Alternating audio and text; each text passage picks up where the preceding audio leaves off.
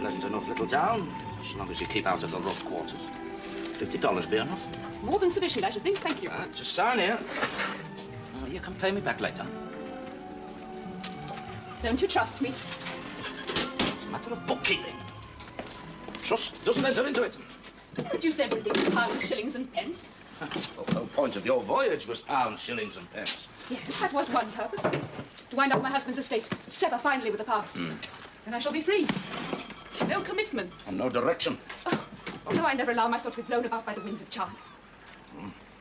So what are you seeking? Signpost. To the future. Oh, whose future? Yours or mine? Perhaps both. Oh, excuse me, sir. Oh, come in, Baines. This is Mr. Dragon's. Excuse me. Oh, business first. I've been expecting you, sir. Eden. Until later, James. Yes. Mr. Dragon. Thank you. The men was wondering about a sub, sir. Every man of them's ready to go ashore, spruced up and Jim Dandy. But unless they has $1 to jingle, the crimps are going to entice them away with promises of oars and brandy. I mean, they're sighting notes of land, and that's the last we'll see of them. Well, they wake up aboard a down east of Frisco bound. I know. Right, then. $5 a head, not a cent more. Aye, sir. Drink, Mr. Dragon. Thank you. We had intelligence of your arrival by Atlantic Telegraph. Yes, what sort of cargo have you got for me? Punctual, very punctual. You made good time. It's a fast ship. Baines is a driver. Glad to hear it. Trustworthy, is he, your captain? Open as a book. Right, what have you got for me? Bullion and mail. Steam packet as usual, but as usual, the confounded contraption's bust the guts. You've got 15 days to deliver. Can you meet that obligation, sir? Must be years since mail was carried past here. No steamers available? Canard have 3 under contract, but they've been withdrawn by the Admiralty. Oh. Seems your government's a style uneasy about the Suez Canal. It's a choice fat plum to fall your way, not likely to fall again. Baltimore to Liverpool. Well, with the following wind, reckon we'll do it in 12 days. You'll need a strong room. For the bullion? Gold, Mr. Onedin. $1 million worth. Oh, do cheer up, Leonora. James isn't the only man in the world. No, but he's the only one I want. No. It's your trouble. No opposition. What are we to do with her? A hopeless case. Hopeless. Are you so set upon marrying James? Yes, of course I am. Then we must take you in hand. It's now or never. First, you must learn deportment. And how to conduct yourself in the presence of a gentleman. You must attract men as the flame attracts moss to the candles. I don't want to attract men. I want to attract James. Then you must put yourself in our hands. All right. What do I do? Well, first of all, this hat. Yeah, that's a... And that dress. What's wrong with this dress? Well, it does not suit your colouring, Leonora. And it's shapeless. Whoever made this monstrosity? My seamstress? Then you should send the creature to the hulks. He looked like something from a rummage sale. Rummage sale? What do you think, Sarah? I think we should start again, from the beginning. A steering engine. Aye. It operates by a system of hydraulics. No, it'll never work. You see, all the pressure is applied here, at the fulcrum. Oh, it does work, Mr. Fraser. It's been operating aboard the Onedin since the day she was fitted out. It's your son's invention. Oh. Well, Albert always was ahead of his time. Oh, no, you don't follow. Look, if a device like this were made available to the shipping industry as a whole, it would be worth a fortune. You build ships, Mr. Fraser.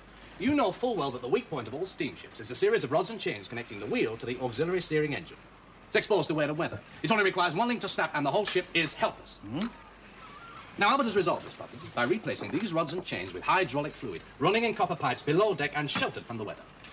It's never required attention since the day it was installed. Interesting. But Onedin owns that ship. Aye. But Albert owns the patent. Well, of course he does. And I fail to see what benefit this is to me. Or to you, Captain Fogarty. Well, those patent rights will lapse next month unless an extension is applied for.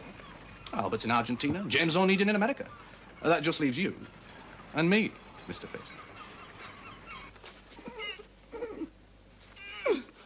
You must swell out more at the top and less at the waist. More? More. More? Yes. Oh, that's better. Can't breathe. Well, the measure of success is when you're afraid to breathe. Try walking across the room. Head up. Shoulders back. I think we can make something of her. Well, she does have certain attributes. Yes, but that hair. Here, sit down, Leonora. And the chair, take it easy. Now, Sarah, loosen these curls. Oh, no, leave me alone. What does it matter? James is far away in America anyway. Well, that's true. Well, she must have someone to practice on first. But who? Oh, there must be someone. What for? To escort you. To parties, theatres. To set tongues wagging, he must be somebody single, unattached, and trustworthy. Oh. Cousin Richard? Cousin Richard. Cousin Richard? Bullion safely stowed? Aye, with 2 armed watchmen standing guard. I'll be happy until we've got deep water under the kilo. $1 million worth of the devil's currency would tempt an anchor right off his perch. My anchorites are still ashore wetting their whistles.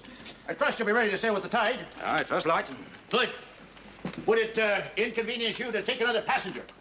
Who? Myself. I have urgent business commitments in London. Yeah, your money's as good as the next man's, I suppose. That's settled. To a successful and profitable voyage. Well, let's hope so. It'll take more than hope to get that crew aboard, sir. You've lost them. $5 wasn't enough. They've been shanghaied.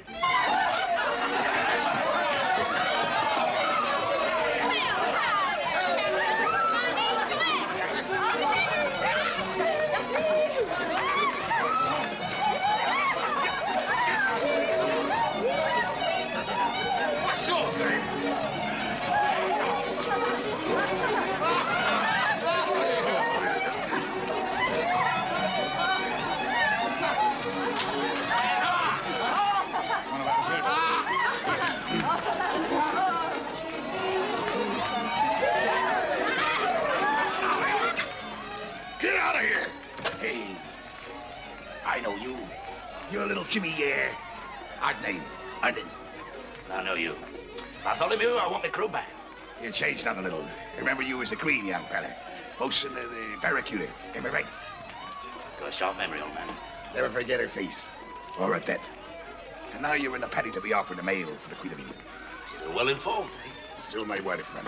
Well, let's get down to business then, eh? How much? I can get you a prime crew, saltwater men to the teeth. Every man jack eager and willing to sail aboard an Onedin ship. But I want my crew back. Right then, 1 day's pay per man in advance. It's not possible, Mr. Onedin. Your whole cruise took a notion to whaling. You can't tell me. Yeah. Business is business, Mr. Onedin, and the such we honor were first. Dire need, sir, dire need. But I'm sure we can arrive at a satisfactory arrangement. Plenty of good men in there.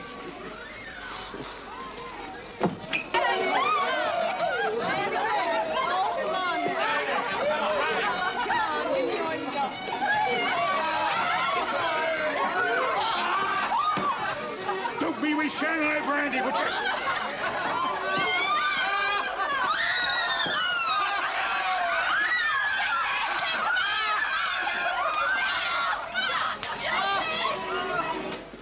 I want none of that scum. Shall we say $10 a head? To Liverpool in 2 weeks' time. That'll be out of pocket.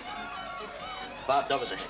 Oh, you always did drive a hard bargain, as I remember. Will you take a little refreshment while we discuss the deal? Found myself aboard a Yankee bloodboat.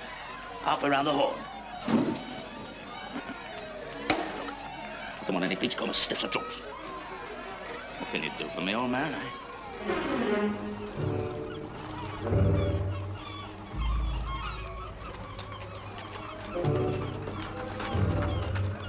You find that crew?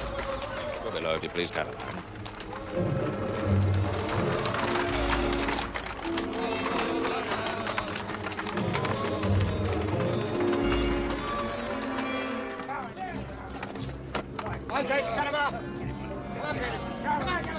Get out.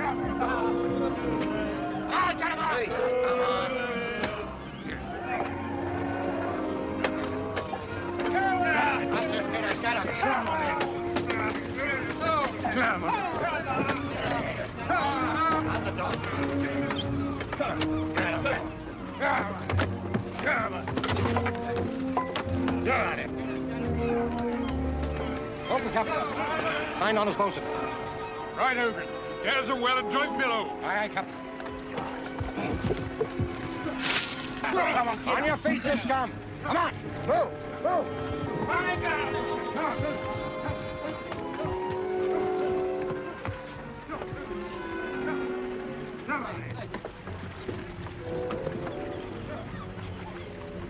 Permit me to conduct you below, Mrs. Watson. Thank you. From course over. Ship on the way within the hour. Right, sir. Now, Hogan, let's see how you can make them jump. Come on, you lazy, drunken load of misbegotten scabs! Put some beef into it! Run! Run, let's see you jump to it, or you'll feel the hard end of a filleted pig! Come on, you scabs!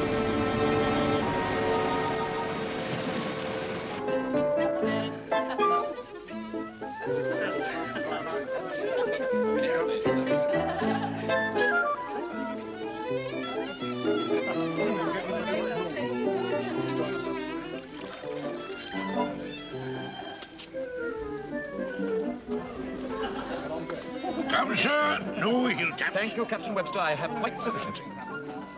Fine little girl of yours. As pretty a craft as ever I did see. Some lucky young fellow be hoisting his colours and clearing for action before she's much older. My daughter is already bespoken. I've given the matter long and careful consideration and come to the conclusion it is high time she was married to someone of mature judgment and stable character. An opinion reinforced by her quite frivolous behaviour these last few days. That dress is quite immodest. Aye. To be cast up on a lee shore with all that top and back. You want to get her wedded and bedded. That always takes the starch out of the stage. You have a quite disgusting turn of phrase, Captain Webster, which I tolerate only in consideration of your advanced years. Oh, you're sanctimonious, prating, preaching crew of backsliders nowadays. In any case, whatever I say, she will have her way and marry the man. What, you're not wasting on that prancing fop? Of course not. I'm talking about Mr. Onedin. What? You wouldn't throw her away on that parsimonious son-in-law, by? It so happens that Mr. Onedin is Leonora's choice. I shall discuss terms with him on his return.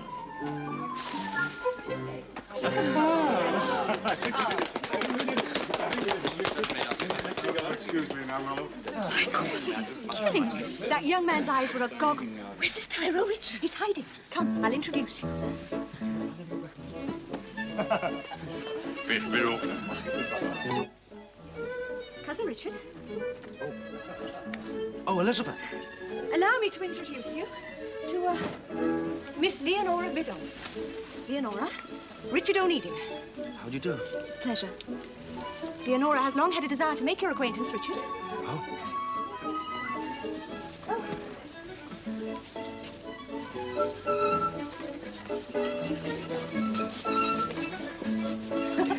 You ask a great deal for what is rightfully mine, Captain Fogarty. Your son's, Mr. Fraser. The patent is Albert's. It belongs to Fraser. Not in law.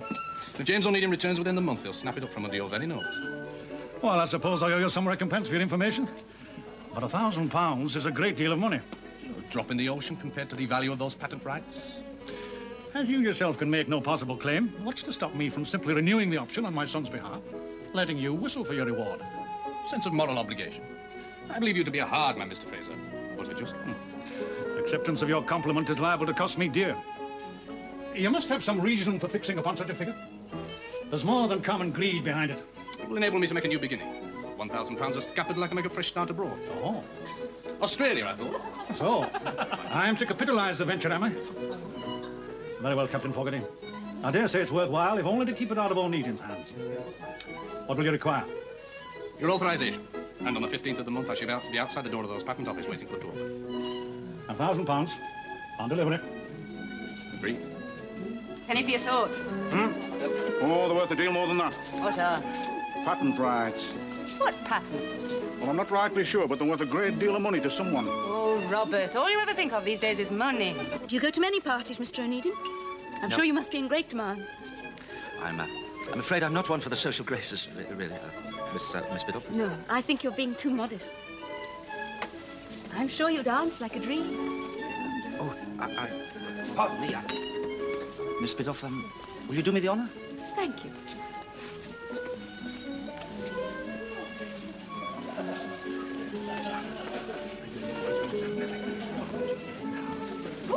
I'm so sorry. I'm sorry, but I'm afraid I don't have much ear for music. No, well, I think it would be best if we continued our conversation in the quiet. I'm away with music. No, Daniel, don't start that again. Albert will never come back, you know that. We could go away and start a new life together. No, I've already told you. But I couldn't earn enough money to take care of you all again. But I have money now. Oh. Soon will I. Talk a bit later. There's nothing to talk about. I'm afraid you must find my company rather boring, Miss Biddulph. Well, to be quite frank, yes, I do, Mr. Onedin. It's always the same when I'm in the company of the fairer sex. I'm afraid I lose my wits completely. Even with me? the more beautiful the lady, the worse I become. Oh, dear. Poor Richard. Hey, you wouldn't think it, but I'm chairman of 3 companies and sit on the board of 4 others. I'm not a silent member then. No, indeed. My fellow directors think twice before they cross me. But to have such authority in business and to be in mortal terror of the weaker sex. Well, you see, I've had no social life. What? None whatever? No. My father believed in keeping my nose to the grindstone. He died when I was 19, and the responsibility of the brewery fell on my shoulders. Well, I believe I've made a tolerably good job of it. Indeed, in time, I launched several ventures of my own. That sounds like a true Onedin. Hmm? Just like James. Cousin James? Now there's a man after my own heart. Oh, sharp as an eagle. A man of considerable attainment. Yes. You know, I remember several years ago. I was only a child. Yes, go on, tell me about it. I must be boring you, I think. No, you're not boring me. What do people think? Just the 2 of us sitting together, I think I'm monopolizing you. I don't mind being monopolized.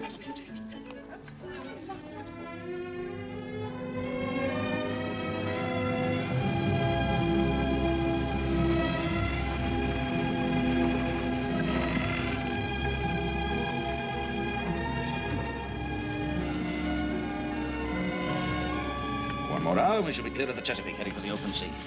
You make navigation seem so easy. It is. We calculate by applying the principles of spherical trigonometry. And it looks incredibly complicated. That's all, Dan. James, is she still uppermost in your mind? No. Biddulph was right when he said the memory would fade. You know, James, you really ought to consider marrying again. Oh, why? You require a son. Is that the only reason? Yes. I think it's your only reason. Already have a daughter. Poor child. She's well cared for. Oh, passed from hand to hand like an unwanted parcel. With a father who appears out of the night like some fairy story ogre. Have you no affection for her? Can't help it. There it is. So the memory has not completely faded. Poor James. Yes, you really must marry again. I have thought of it. And readily took no for an answer. And no doubt, if I were to ask again, would receive the same reply. Oh, so you want the reply before putting the question. What are you afraid of, James? A second rebuff? Or that I might say yes?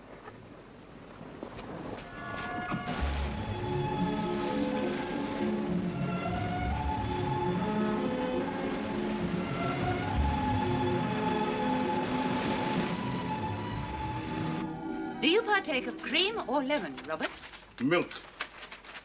Do you take sugar? You know perfectly well I take sugar. Oh, really, Robert? Hey, Press China, we expecting visitors? If you mean, are we entertaining? No, we are not. How could we possibly ask any guest to partake of hospitality with all this? And you in your shirt sleeve. The man has the right to spread himself in the privacy of his own home. I'm busy. Application and diligence are the true hallmark of genius, I always say. Patent rights. That's what they said. Patent rights. It'll be here somewhere. What patents, dear? Patents worth a great deal of money. Something to do with the ship. Our ship. Oh, they're sharp, those two. Very sharp. I do think, dear heart, that your perspicacity and acumen in matters of business are far in excess of that of either Mr. Fraser or Mr. Fogarty. If only I knew what I was looking for. The art of conversation forms one of the greatest charms of modern society and is therefore deserving of consideration. Oh, for heaven's sake, Sarah. Hold your tongue.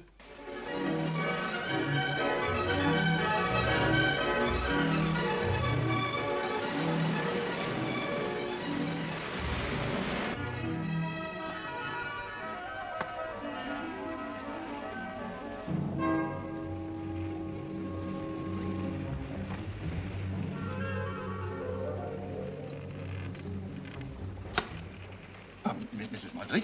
Mr. Dragan, I see you suffer from the same bump of curiosity as myself. I personally will never make sense of a chart. Oh, well, that's quite simple, really. Our noon position was 185 miles east of Cape Charles. We're traveling due east, coast holding a port tack at an average speed of approximately 12 knots. Where did you acquire all this knowledge, Mr. Dragan? At sea, I was a master mariner before my leg was crushed in a fall. Yes, well, I must leave you to your studies, Mrs. Maudsley.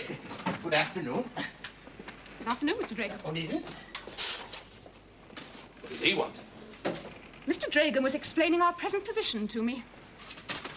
Got no right in the chart room. No.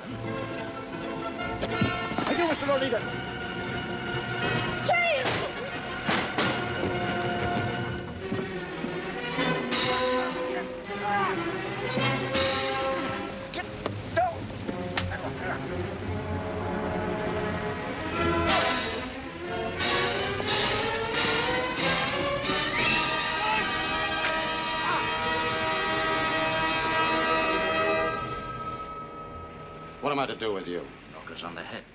Chuck us over the side. That was our intention. Only something happened to change that situation. Dragon was your navigator. And now he's dead. We have a problem. Now, one of you will navigate. Now, the choice is yours.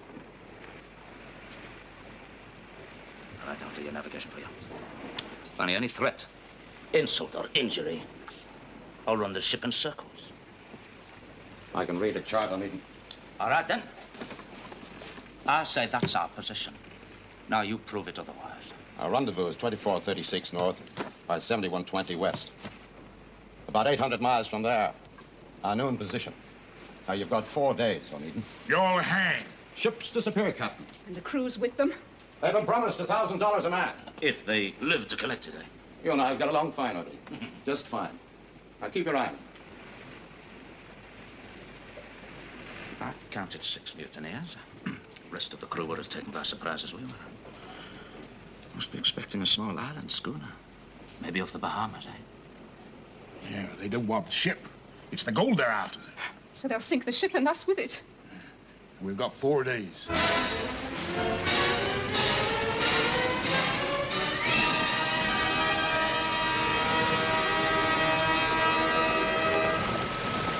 And what of my son? We'll take him with us. To Australia? We'll go as man and wife. Who's to know? I am to give up all this? An accumulation of debts. It's a grave risk. It's a new life. At the other side of the world? It's a wealthy country. Well, what will you do? Raise sheep. Sheep? Yes. Australian wool and Australian mutton. Fortunes will be made and are waiting to be made. You'll never soil your hands, Elizabeth, that I promise you. What if Albert should return? He'll never return. And do you think he's been leading the life of a monk? You must give me time to think. No! I need you, Elizabeth.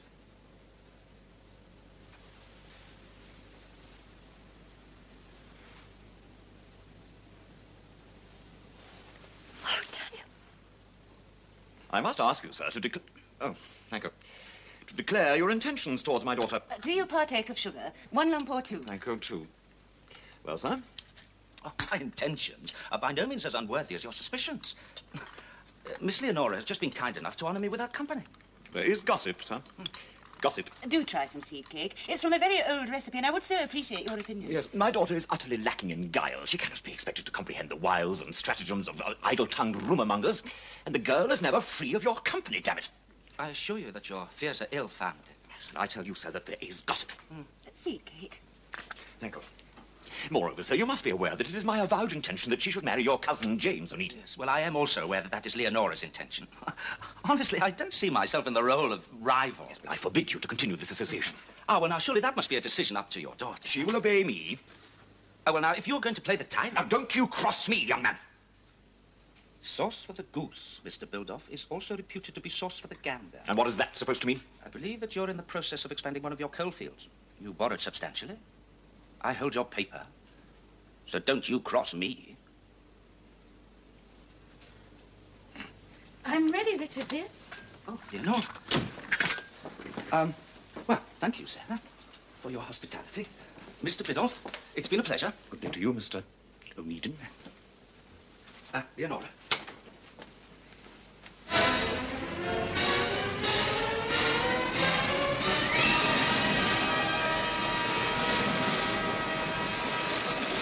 We'll arrive at your rendezvous during the first dog watch now. If that satisfy you. You're up to something, Onedin. Oh, I'll keep my word. As long as you keep yours. I don't trust you, and I don't trust this. You've crowded on sail and made fast passage. Why? Oh, now, isn't that what you require? Now, if we don't sight this schooner, Onedin... You? All right. Watch them.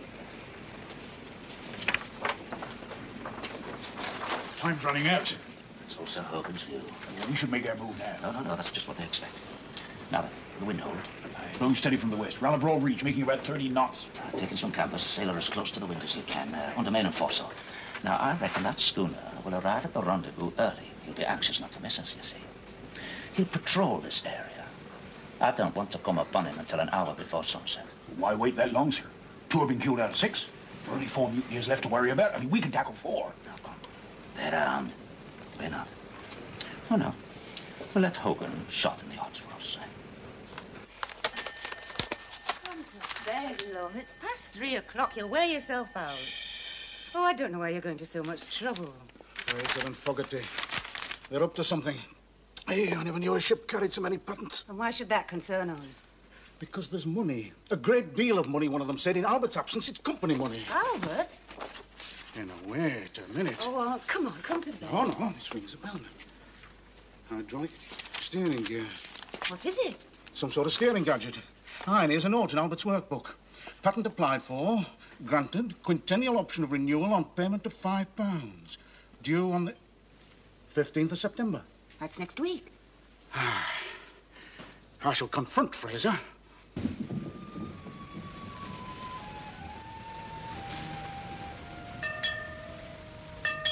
Readers! Up aloft! Masthead!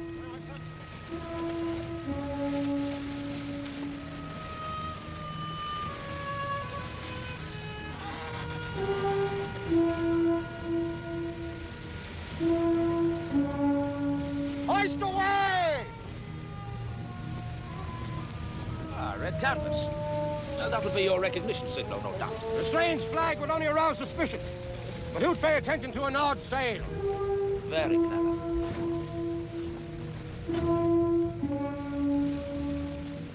Ah, Mrs. Maudsley. We shall be sighting the schooner shortly. Below. You're sailing mighty close to the wind, Captain. So are you, Hogan. So are you.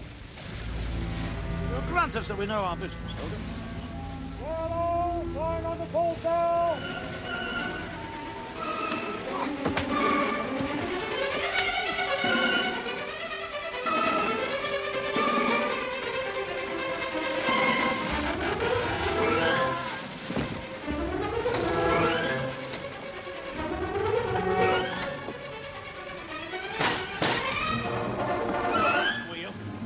Go get the crew.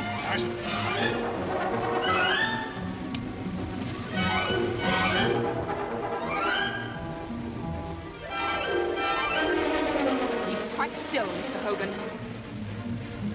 Come on, out you come. Quickly. Andrew. Get aloft! Trim the sails! Royals and Tagallants. Come on, stay on the braces there. Turn on the braces now. Steal my ship, would you?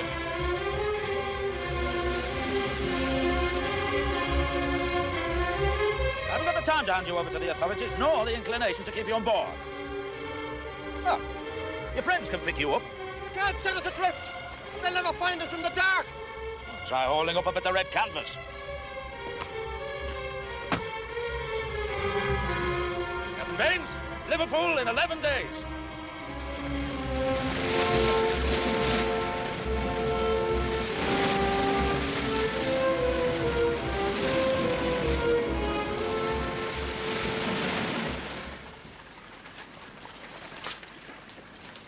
Must you go? I'm afraid so. My train leaves for London within the hour. I am sorry. So am I. But I am grateful to you for being as unresolved in your intentions as I have been. Unresolved? Else you would have asked me again, and more persuasively, and I might have said yes. And how wrong that would have been. Oh, James, you know it as well as I. That's why you didn't ask me. We might have made a good partnership, you and I. But a poor marriage. Well, one's dependent on the other. Yes, perhaps. But you need a loving wife, one who'll devote herself to you and bear you sons. I would chastise you at the breakfast table for ill treatment of your seamen, and leave your clothes unmended to go off campaigning with Mr. Plimsoll. Oh, on deck with that.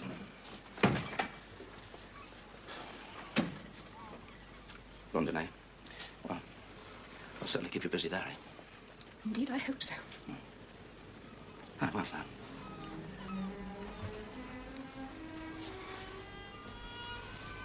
James Onedin. To my shame, when I look at you now, the low opinion I held of you when we first met, when you just saved my life. I doubt if I shall ever meet a finer man. And there will be times in the future when I shall punish myself for having laughed away your offer of marriage. But I was right, wasn't I? Don't remain unresolved too long, James. Leonora Biddulph. Snap her up before somebody else does. I've already made up my mind to do just that. It's goodbye, then.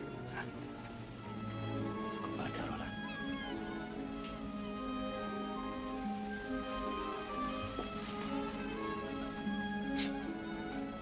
And when you do propose to Leonora, beloved, make a better job of it than you did when you paid your addresses to me.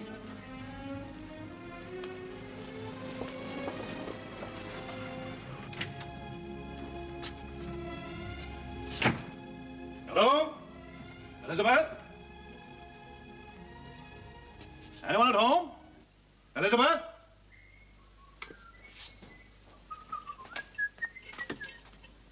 What is all this? Elizabeth's leaving. Closing the house? Aye. Did you bring the money? Why the devil should I bring it here? Will you stop that damned hammering while I'm talking to you? Robert came to see me. He wants to apply for the patent rights on behalf of the company. The only way to put his nose out of joint is to obtain Elizabeth's proxy. Proxy? What proxy? I never heard such a hullabaloo. What proxy? Elizabeth, is this your luggage? It is. I am leaving for Australia with Mr. Fogarty. You adulterous little bitch! Guide your tongue, Fraser. If I were a younger man, I'd thrash you within an inch of your life. If you were a younger man, you wouldn't dare. You disgust me, madam. You not only betray your husband, you expect him to finance your damn paramour into the bargain. Not a penny piece, Daniel, not a penny piece. Albert's money? £1,000 that scoundrel demanded to start a new life in Australia. With another man's wife, by God. Albert's money? Whose pocket did you think it would come out of? Mine? It would be an advance against my son's patent rights, that's all. Patent? What patent? It would seem you've not enlightened the lady, Mr. Fogarty. What patent? Worth a fortune in future royalty payments. Is this true? It's a twisted version of the truth. But we're not allowed to interfere with our plans, right? Our plans? Your plans, you mean? You not only entice me to betray my husband, you expect me to finance your damn sheep farm into the bargain. Nonsense. It was a straightforward business accommodation. Straightforward, indeed. You knew all along that patent money was mine. Albert's. And only if the option was renewed. Sell my house. Go to Australia, raise sheep. With my money, never. Just how far has this affair progressed? This far and no further. Fogarty. You heard what Elizabeth said.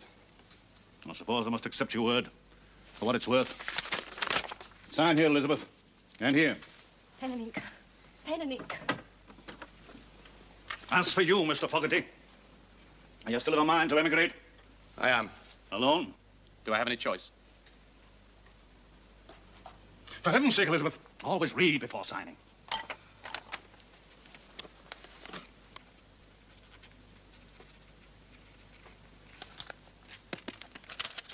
I'm a man of my word.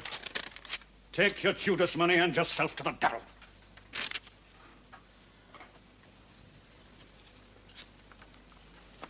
Come along, Elizabeth. We're going home. Home? What else? You've disposed of this establishment, haven't you? You can live with us until Albert returns.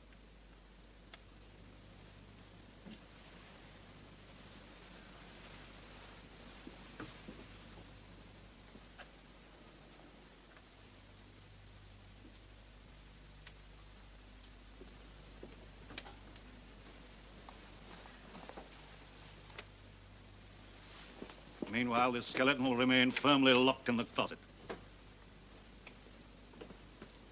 Goodbye, Elizabeth. Cousin Richard. He's taking it to the opera. Ah, you must remember Cousin Richard. He's in brewing. Ah, and he's worth a pretty penny. Oh, Robert's trying to persuade him to buy some shares in the James, shop. I think we ought to tell you that Cousin Richard and Leonora have been seeing quite a bit of one another whilst you've been away. Oh, have they? So? Well, Leonora is a very attractive young woman. Yes, I am aware of that. Ah, no expected to waste a young life waiting around for you to propose to her. Do not. That's why I'm here to talk to her. You don't mean you're going Yes. Oh. I am. James! Leonora. I heard your ship was in. Ah, well, Sarah, it's Charlotte's bedtime. We'd better see about a bath. We'll see you later, James. Well, did you have a good voyage? Oh, it was not uneventful. But it gave me time to reflects upon a certain matter. My goodness, you are looking elegant, Jim. Why, thank you. I'm sorry, you were saying reflect upon a certain matter. Upon you and I. No, I should have made up my mind. Oh, there we are. Promised myself I wouldn't make excuses for not having asked you before. Leonora, I want you to be my wife.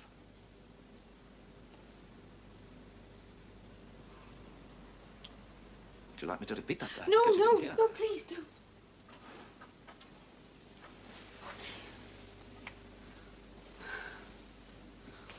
I'm sorry, James. Forgive me. It's just that I'm overwhelmed. I didn't expect this. No. Well, what do you say? James, I'm very honored that you should have asked me, but I cannot accept. Cannot? Leon, Cousin James? Young Cousin Richard? And Leonora, we mustn't keep the carriage waiting. No, Richard, I shan't be a moment, please. You see, James, since you've been away, Richard and I have... Well, the banns are to be read on Sunday. Isn't it extraordinary? I didn't mean for it to happen like this, not at all. But Richard just swept me off my feet. Well, no, that's not quite true. You see, I began by feeling sorry for him. And then I started to respect him. And now I'm in love with him, James. Congratulations. Thank you. Well, best not keep him waiting, eh? No.